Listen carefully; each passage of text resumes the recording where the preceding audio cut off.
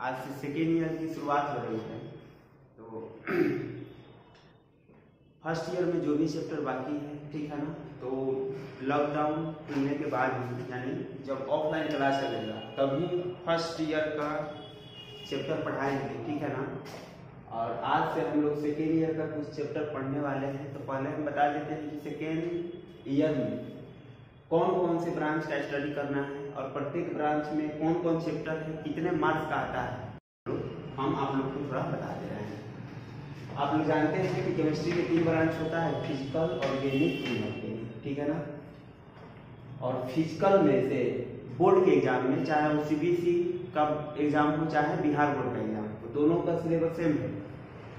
तो बोर्ड के एग्जाम में फिजिकल में से 23 मार्क्स का पूछता है। कितना का? 23 मार्क्स। ऑर्गेनिक में से कितना का पूछता है? 28। और इनऑर्गेनिक में 19 मार्क्स का पूछता है, ठीक है।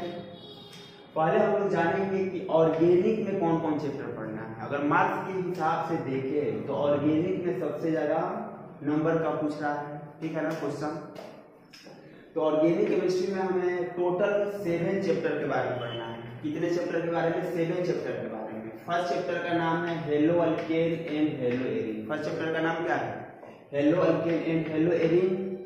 और सेकेंड चैप्टर का नाम है alcohol, phenol and ether. Second chapter का नाम क्या है? Alcohol, phenol and ether. इसका हिंदी, अल्कोहल का हिंदी अल्कोहल ही होता है, ठीक है ना। फिनॉल का हिंदी फिनॉल ही होता है। तो जहां हिंदी लिखवाना है वहां हम खुद लिखवा देंगे, ठीक है ना। थर्ड चैप्टर का नाम है aldehyde, ketone and carboxylic acid, ठीक है। और फोर्थ चैप्टर का नाम है एमीन। 5th चैप्टर का नाम है पॉलीमर, जिसका हिंदी क्या होता है? बहुलक होता है। और 6th चैप्टर का नाम है बायोमोलिक्यूल, जिसका हिंदी जैव अणु होता है। और बच गया है क्या? तो केमिस्ट्री इन एवरीडे लाइफ, जो जिसका नाम होता है दैनिक जीवन में रसायन, ठीक है ना। बता दे कितना मार्क्स का पूछता है। तो hello alkane and hello arene में 4 नंबर का पूछता है। अल्कोहल, फिनॉल एंड ईथर में से 4 नंबर का। हर चैप्टर जो है यहाँ से 6 नंबर का पूछता है। और जो 4th चैप्टर है वहां से भी 4 नंबर का पूछता है, ठीक है ना। 5th चैप्टर का नाम है पॉलीमर, यहाँ से 3 मार्क्स का। और 6th चैप्टर है यहाँ से 4 मार्क्स का। केमिस्ट्री इन एवरीडे लाइफ में से 3 नंबर का पूछता है। यानी टोटल अगर जोड़ दिया जाए, तो टोटल कितने नंबर हो जाएंगे? 28 नंबर। समझ में आ रहा है? तो ये रहा है ऑर्गेनिक केमिस्ट्री में कौन कौन चैप्टर पढ़ना है सेकेंड ईयर में।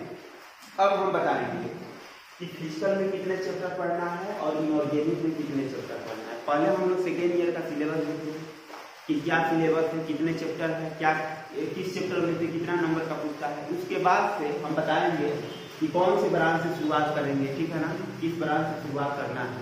ये सिलेबस बताने के बाद बताएंगे, ठीक है ना। तो आप लोग क्या कीजिए, उतार लीजिए। ये जो भी हम लिखवा रहे हैं आप लोग को उतारना है, ठीक है ना। ये जो भी हम सिलेबस बता रहे हैं सबको उतारना है। और बाद में हम लोग की मर्जी फिजिकल भी स्टार्ट कर सकते हैं, ऑर्गेनिक भी, इनऑर्गेनिक, ठीक है ना। तो पहले इसको उतार लीजिए, फिर बाद में हम लोग आगे। तो अब हम लोग को जानना है कि इनऑर्गेनिक केमिस्ट्री में कौन कौन से चैप्टर पढ़ना है, ठीक है ना। तो इनऑर्गेनिक केमिस्ट्री में भी 4 चैप्टर है। फर्स्ट चैप्टर का नाम है पी ब्लॉक एलिमेंट। क्या है? P block element. और पी ब्लॉक एलिमेंट में जानते हैं कितने नंबर का पूछता है? 8 नंबर का पूछता है। और दूसरा है D and A block element, यहाँ से 5 नंबर का पूछता है। और तीसरा है कोऑर्डिनेशन कंपाउंड, यहाँ से 3 नंबर का। और मेटलर्जी में से हिंदी में बोलते हैं धातु पर, यहाँ से पूछता है 3 नंबर का। यानी टोटल जोड़ा जाए तो यहाँ कितना नंबर का हो जाएगा? 19 नंबर का हो जाएगा, ठीक है ना। तो हम लोग जान गए कि किस ब्रांच में कितने चैप्टर हैं और किस चैप्टर में से कितने नंबर का आता है। हमें जानना है कि फिजिकल केमिस्ट्री में कौन कौन चैप्टर हैं और कितने नंबर का पूछता है, बिहार बोर्ड या सीबीएसई, क्योंकि दोनों का सिलेबस सेम। तो फिजिकल केमिस्ट्री में फर्स्ट चैप्टर का नाम है सॉलिड स्टेट, हिंदी में बोलते हैं ठोस अवस्था। ये 4 नंबर का पूछता है, ठीक है ना। सेकेंड चैप्टर का नाम है सॉल्यूशन, हिंदी में विलियम बोलते हैं, पूछता है 5 नंबर का। थर्ड चैप्टर का नाम है केमिकल काइनेटिक्स, हिंदी में बोलते हैं रासायनिक गतिकी, यहाँ से 5 नंबर का पूछता है। और फोर्थ चैप्टर का नाम है इलेक्ट्रोकेमिस्ट्री, हिंदी में वैद्युत रसायन बोलते हैं, और ये पूछता है 5 नंबर का। और 5 चैप्टर का नाम है सरफेस केमिस्ट्री, हिंदी में बोलते हैं पृष्ठ रसायन, और यहाँ से पूछता है 4 नंबर का। आप टोटल जोड़ लीजिएगा, कितना नंबर का हो जाएगा, 23 नंबर जोड़ लीजिए। 5 5 5 मतलब 15 हुआ, अब 15 4 19, 19 4 कितना हुआ, 23 हुआ ना। तो फिजिकल केमिस्ट्री में से कितने नंबर का पूछता है, 23 नंबर। देख लीजिए पूरा आ जाएगा। तो आज हम लोग स्टार्ट कर रहे हैं फिजिकल का ही एक चैप्टर है जिसका नाम है सरफेस केमिस्ट्री, हिंदी में बोलते हैं पृष्ठ रसायन, ठीक है ना। तो इसी चैप्टर के बारे में हम लोग पढ़ेंगे, छोटा चैप्टर है हम इसलिए पढ़ा रहे हैं, ठीक है ना। तो पहले तो हम लोग को ये जानना है कि सरफेस केमिस्ट्री है, पहले हम लोग को ये जानना है कि सरफेस केमिस्ट्री क्या है, ठीक है ना। तो नाम से बहुत कुछ मालूम चल जाता है। सरफेस केमिस्ट्री यानी देखिए सरफेस केमिस्ट्री फिजिकल का एक ब्रांच है। सरफेस केमिस्ट्री क्या है, फिजिकल का केमिस्ट्री का एक ब्रांच है, केमिस्ट्री की एक शाखा है जिसके अंतर्गत हम लोग सॉलिड सब्सटेंस के सरफेस के बारे में स्टडी करते हैं, जिसके अंतर्गत हम लोग ठोस पदार्थ के सरफेस के बारे में स्टडी हम लोग करते हैं, अध्ययन करते हैं। सरफेस का मतलब समझ रहे होंगे, जैसे हम लोग के बॉडी का सरफेस क्या है, स्किन है। इस बोर्ड का सरफेस क्या है, जिस पे हम लिख रहे हैं वही ना सरफेस है, वही ना सतह है। तो इस चैप्टर में हम लोग क्या करते हैं, इस पूरे चैप्टर में हमें स्टडी किस चीज का करना है, तो किसी सॉलिड पदार्थ को, पदार्थ कैसा होनी चाहिए, सॉलिड होनी चाहिए, ना लिक्विड ना गैस। किसी सॉलिड पदार्थ के सरफेस के बारे में हम लोग को स्टडी करना है। क्लियर हुआ। देखिए इस चैप्टर, ये चैप्टर जो है ना पूर्ण रूप से थ्योरेटिकल, आपको न्यूमेरिकल का कहीं दर्शन नहीं होगा, ठीक है ना। पूरा का पूरा थ्योरेटिकल, थ्योरेटिकल मतलब किसे कहते हैं, इसे कहते हैं, ठीक है ना। पूरे इस चैप्टर में थ्योरी टाइप का है, कुछ छोटा छोटा टर्म है उसका डिफिनीशन जान जाना है, बस इतना ही करना है, ठीक है ना। तो बहुत सारे छोटे छोटे टर्म आएंगे, उसके बारे में हम लोग को जानना है। तो शुरुआत हम लोग करेंगे ऑब्जर्वेशन से, ऐसे ऐसे बहुत सारे छोटे छोटे टर्म आने वाला है, ठीक है ना। लेकिन शुरुआत हम लोग कहाँ से करेंगे, एक छोटा सा टर्म है जिसका नाम है ऑब्जर्वेशन। ऑब्जर्वेशन का हिंदी होता है अंशोषण। क्या होता है, अंशोषण होता है। तो पहले हम लोग जानने की कोशिश करेंगे कि ऑब्जर्वेशन है क्या, अंशोषण है क्या। देखिए इस बात को एक एग्जांपल द्वारा हम समझा रहे हैं। जैसे कहा जाता है कि एक सब्सटेंस जब दूसरे सब्सटेंस के संपर्क में आता है, जब एक सब्सटेंस दूसरे सब्सटेंस के संपर्क में आता है और वह सब्सटेंस उस सब्सटेंस के अंदर चला जाए, जब एक पदार्थ दूसरे पदार्थ के संपर्क में आए, संपर्क का मतलब एक दूसरे से टच हो, और टच होने के बाद दूसरा पदार्थ उस सब्सटेंस के अंदर चला जाए, इसी फिनोमेना को, इसी घटना को हम लोग क्या बोलते हैं, ऑब्जर्वेशन बोलते हैं। एग्जाम्पल के तौर पर जैसे एक रुई ले लीजिए और रुई के ऊपर आप पानी डालिएगा, तो पानी इस रुई के सरफेस पे थोड़ा रहेगा, इस रुई के अंदर चला जाएगा। एक रुई ले लीजिए और ऊपर से पानी डालिए, तो पानी इस रुई के सरफेस पे नहीं रहेगा, इस रुई के अंदर चला जाएगा। बस यही घटना, यही फिनोमेना क्या कहलाएगा, ऑब्जर्वेशन कहलाएगा। समझ में आ रहा है।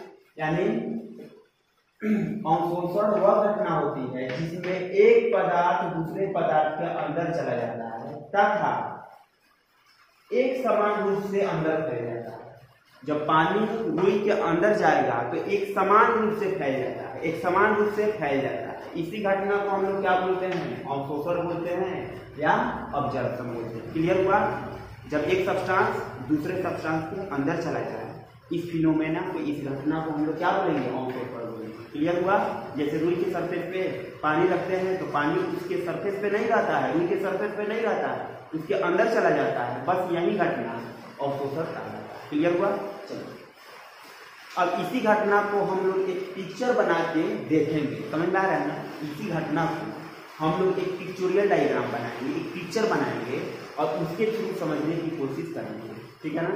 पिक्चर की मदद से हम लोग समझने की कोशिश करेंगे। तो मैंने एक पिक्चर बनाया हुआ है, अब तो ये सर पिक्चर किसका है, देखिए ये पिक्चर दो ही चीज़ का है, रुई का, पानी का, और अंशोषण में दो ही चीज ना होता है।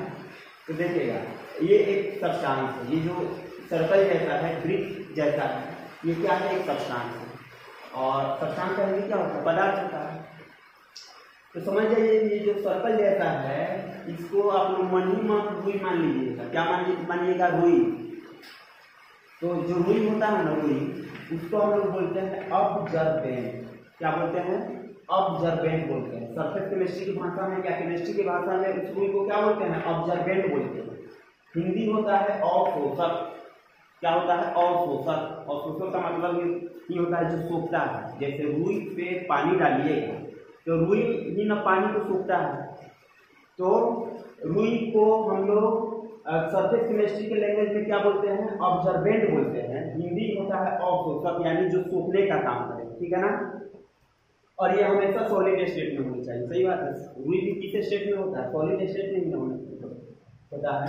तो ऑब्जर्वेंट ऑलवेज सॉलिड स्टेट में होनी चाहिए। किस स्टेट में? सॉलिड स्टेट में। ये लिक्विड और गैस स्टेट में नहीं होता। और ये जो छोटा छोटा स्फेरिकल जैसा दिखाई दे रहा है, गोला जैसा दिखाई दे रहा है, ये जानते हैं क्या है? ये पानी है। क्योंकि जब पानी को रुई के सरफेस पे डालिएगा तो ये सरफेस पे थोड़ा रहेगा, ये पानी यहाँ थोड़ा रहेगा जी, रुई के सरफेस पे तो रहेगा नहीं। ये कहाँ चला आता है? अंदर चला आता है। इसलिए इसको यहाँ नहीं लिख करके कहाँ लिखा गया है? अंदर लिखा गया है। समझ में आ रहा है ना? यानी ये क्या है? पानी। तो सरफेस केमिस्ट्री की भाषा में इस पानी को जानते हैं कि पानी क्या है? सब्सटेंस ही तो है। और इसको कहा जाता है ऑब्जर्वेट। ऑब्जर्वेट हिंदी होता है अवशोषक। अवशोषक इसको क्या बोलते हैं? ऑब्जर्वेट बोलते हैं। ऑब्जर्वेट का मतलब जो अंदर चला गया। ऑब्जर्वेट का मतलब जो अंदर चला गया, जो यानी रुई और पानी के एग्जाम्पल में यही ना अंदर गया हुआ है। यानी पानी कैसा बिहेव करेगा? ऑब्जर्वेट जैसा। और रुई कैसा बिहेव करेगा? ऑब्जर्वेट जैसा। हाँ, ये लिक्विड स्टेट में भी हो सकता है, गैस स्टेट में भी हो सकता है। लिक्विड में भी होगा, गैस में भी होगा। समझ आ रहा है ना? अभी बताइए, तो अभी जो एग्जाम्पल दिए थे रुई पानी वाला, तो यहाँ ऑब्जर्वेट कैसा बिहेव कर रहा है? लिक्विड जैसा। आगे बहुत सारे एग्जाम्पल हम देंगे। ठीक है ना? इसमें पता चलेगा कि ऑब्जर्वेट गैस स्टेट में भी होता है। क्लियर हुआ? तो सरफेस केमिस्ट्री थ्योरेटिकल है, न्यूमेरिकल यहाँ दर्शन नहीं होगा। छोटा छोटा टर्म होगा, उसका डिफिनेशन जान जाना है, बात काफी। ठीक है ना? तो इतना ही हम लोग को काम करना है। एक टॉपिक के बारे में पढ़ चुके हैं जिसका नाम था अवशोषक। समझ गए? तो एक और चीज यहाँ नोट करके लिखाए हैं, ध्यान से देखिएगा। नोट करके लिखाए हुए हैं इट इज बल्क फिनोमेना। क्या लिखाए हैं? It is bulk phenomena. अब कहिएगा सर बल्क का मतलब क्या होता है? देखिए, बल्क का मतलब आंतरिक होता है। क्या होता है? आंतरिक। क्यों इसको आंतरिक घटना कहते हैं? इसका नहीं हुआ, यह आंतरिक घटना होता है। क्यों यह आंतरिक घटना? पानी को रुई के सरफेस पे डालिएगा तो ये रुई के सरफेस पे थोड़ा रहेगा, रुई के सरफेस के अंदर चलाएगा। इसलिए ऑब्जर्वेशन को हम लोग आंतरिक घटना बोलते हैं, बल्क फिनोमेना बोलते हैं। क्लियर हुआ? पानी को रुई के सरफेस पे रखा जाएगा तो रुई के सरफेस पे टिकने वाला नहीं है, उसके अंदर चला जाता है। इसलिए ऑब्जर्वेशन को, दैट इज अवशोषण को आंतरिक घटना या बल्क फिनोमेना कहते हैं। तो आई थिंक आप लोग को समझ में आया होगा। धीरे धीरे हम लोग आगे बढ़ेंगे। ठीक है ना? दूसरी बात ये है, वीडियो थोड़ा छोटा होगा। ठीक है ना? आप लोग ये मत सोचिएगा कि सर 15 मिनट पढ़ा रहे हैं या 20 मिनट पढ़ा रहे हैं। ठीक है ना? ये वीडियो अगर यही चीज जितना सिलेबस हम बताए हुए हैं, इतना तक पढ़ाए हुए हैं, क्लासरूम में पढ़ाते समझिए कि एक क्लास हो जाता है। ठीक है ना? यहाँ ऐसे थोड़ा पढ़ाई हो रहा है। देख रहे हैं ना? पहले लिख दे रहे हैं, फिर वीडियो शूट हो रहा है। तो आप लोग को लग रहा होगा कि सर 15-20 मिनट का वीडियो डाल रहा है। तो भले 15-20 मिनट का डालना है, लेकिन समझिएगा कि 1 घंटे का पढ़ाई हो रहा है। अगर ऑफलाइन होता तो ये 1 घंटे का पढ़ाई। यह आप लोग बताते हैं, हम लिखते हैं, बीच में समझाते हैं। तो ठीक है, चलिए हम लोग फिर आगे बढ़ते हैं। कौन सा टर्म आने वाला है हम लोग डाल लीजिए यहाँ पर। ठीक है ना? डाल लीजिए। तो फिर नेक्स्ट टॉपिक हम लोग का है एडजर्प्शन। इसके पहले क्या था? इसके पहले था ऑब्जर्प्शन, अब है एडजर्प्शन। फर्क सिर्फ बी और डी का। ठीक है ना? फर्क सिर्फ बी और डी का। पहले था ऑब्जर्प्शन, लेकिन अब पढ़ना है एडजर्प्शन। ठीक है ना? तो एडजर्प्शन क्या है? हिंदी में बोलते हैं अधिशोषण। हिंदी में क्या बोलते हैं? अधिशोषण बोलते हैं। तो क्या है एडजर्प्शन हम लोग समझते हैं। देखिए, एडजर्प्शन में क्या होता है? जैसे एक सब्सटेंस के ऊपर यदि हम दूसरा सब्सटेंस रखें और वह सब्सटेंस उसी सब्सटेंस के सरफेस पे रह जाए, चिपक जाए, टिक जाए, अंदर नहीं जाए, इसी घटना को हम लोग क्या बोलेंगे? एडजर्प्शन बोलेंगे। जैसे पिछले वाले एग्जाम्पल में क्या लिए थे? रुई लिए थे, पानी रख रहे थे, वो पानी उस रुई के अंदर चला जाता था। तो ये घटना क्या कहलाता था? ऑब्जर्प्शन। लेकिन एडजर्प्शन में क्या होता है? वो पानी उसी सब्सटेंस के सतह पे होनी चाहिए, अंदर नहीं जाना चाहिए। तो कहिएगा सर इसका एग्जाम्पल, सोचिए इसका एग्जाम्पल क्या होगा, हम बताते हैं।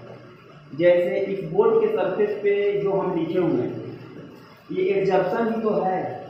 अगर ऑब्जर्प्शन रहता तो ये इंक क्या होता, इस बोर्ड के सरफेस के अंदर चला जाता, लेकिन ऐसा तो हो नहीं रहा है। तो बोर्ड पे हम जो लिखे हुए हैं ये किसका एग्जाम्पल है, एब्जॉर्प्शन का है। दीवार पे जो पेंट होता है वो किसका एग्जाम्पल है, एब्जॉर्प्शन का।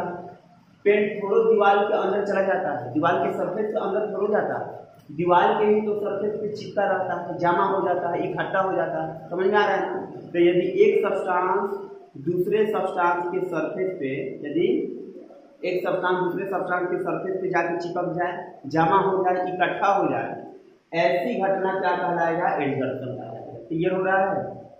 तो it is that phenomena in which one substance accumulated on the surface of other substance, मतलब वह घटना जिसमें एक पदार्थ दूसरे पदार्थ के सतह पे जमा हो जाए, ऐसी घटना को क्या बोलेंगे, अधिशोषण बोलेंगे। अब इसी चीज को हम पिक्चोरियल डायग्राम द्वारा समझाने की कोशिश की है। कैसे ऑब्जर्प्शन को भी हम लोग पिक्चोरियल डायग्राम द्वारा समझेंगे। अब इसी चीज को यानी एब्जॉर्प्शन को अब हम लोग पिक्चोरियल डायग्राम द्वारा समझेंगे, ठीक है। पिक्चोरियल डायग्राम तस्वीर द्वारा, फोटो द्वारा। अब देखिए ये सब्सटेंस को मन ही मन जानते हैं क्या मानना है। जैसे इस सब्सटेंस को दीवार मान लेना है, ये सब्सटेंस क्या है, दीवार, ठीक है ना। और दीवार को क्या बोलेंगे केमिस्ट्री के लैंग्वेज में, यानी सरफेस केमिस्ट्री के लैंग्वेज में एडजर्बेंट बोलेंगे। क्या बोलेंगे, एडजर्बेंट। तो ध्यान से देखिएगा, ऑब्जर्प्शन पढ़ रहे थे तो ऑब्जर्बेंट डी के जगह पे बी था, लेकिन हम लोग पढ़ रहे हैं एब्जॉर्प्शन, यानी बी के जगह पे सिर्फ डी लगा देना है, बाकी सभी लेटर से भी होगा। तो इस सब्सटेंस को मन ही मन क्या मानना है, दीवार मान लेना है। इसको क्या बोलेंगे, एब्जॉर्बेंट बोलेंगे, हिंदी में बोलते हैं अधिशोषक।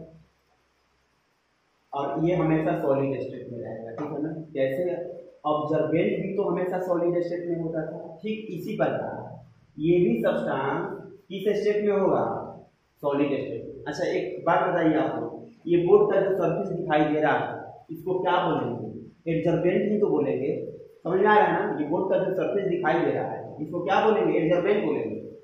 और जो हम लिख रहे हैं इंक द्वारा ये हो जाएगा एब्जॉर्बेंट, जो इंक द्वारा लिखे हुए हैं वो क्या हो जाएगा, एब्जॉर्बेंट हो जाएगा। हिंदी में बोलते हैं अधिशोष्य, समझ में आ रहा है। और ये सॉलिड में भी हो सकता है, गैस में भी हो सकता है। तो बोर्ड पे जो लिखे हुए हैं ये इंक जो दिखाई दे रहा है ये कहलाएगा एब्जॉर्बेंट, माने जो सतह पे जाके जमा हो जाए, ठीक है ना। तो ये इंक क्या हो रहा है, इसके सतह पे जमा हो रहा है, तो इसको ये छोटा छोटा स्फीयर द्वारा दर्शाए हुए हैं। और जो बड़ा सर्कल दिखाई दे रहा है वो क्या है, एब्जॉर्बेंट। तो क्लियर हो गया होगा कि एब्जॉर्प्शन क्या है। अब देखिएगा एक और चीज हम नीचे नोट करके लिखवाए हुए हैं कि इट इज सरफेस फिनोमेना। ये जो एब्जॉर्प्शन होता है ना, ये सरफेस फिनोमेना होता है, ये पृष्ठीय घटना होता है, सतहीय घटना होता है। क्यों, क्योंकि जब हम जैसे पेंट को दीवार पे जब हम पेंट करते हैं तो पेंट दीवार के अंदर थोड़ा जाता है, दीवार के सरफेस पे ही आके जमा हो जाता है। इसलिए एब्जॉर्प्शन कौन सा घटना कहलाएगा, सरफेस फिनोमेना कहलाएगा। क्लियर हुआ। तो कल की क्लास में हम लोग पढ़ेंगे अब एब्जॉर्प्शन एंड एब्जॉर्प्शन में क्या अंतर है, इसके बारे में पढ़ेंगे, ठीक है ना।